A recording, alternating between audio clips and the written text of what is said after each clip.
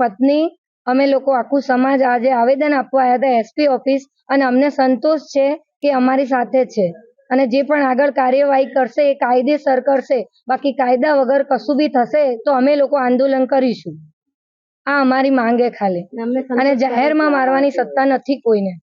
કોઈ પણ આરોપી કબૂલે તો એના પછી એને મારવાની સત્તા કોઈની નહીં. શું બાબતે રજૂઆત કરી?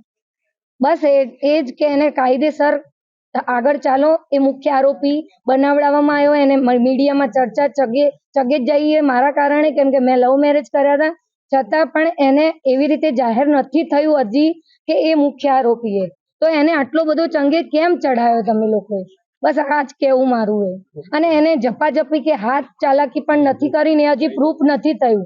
એટલે તમે મહેરબાની કરીને એને મેન આરોપી ગણો મત. શું ખાતરી આપી? ખાતરી આપી છે કે આગળ કાયદેસર કાર્યવાહી કરશે.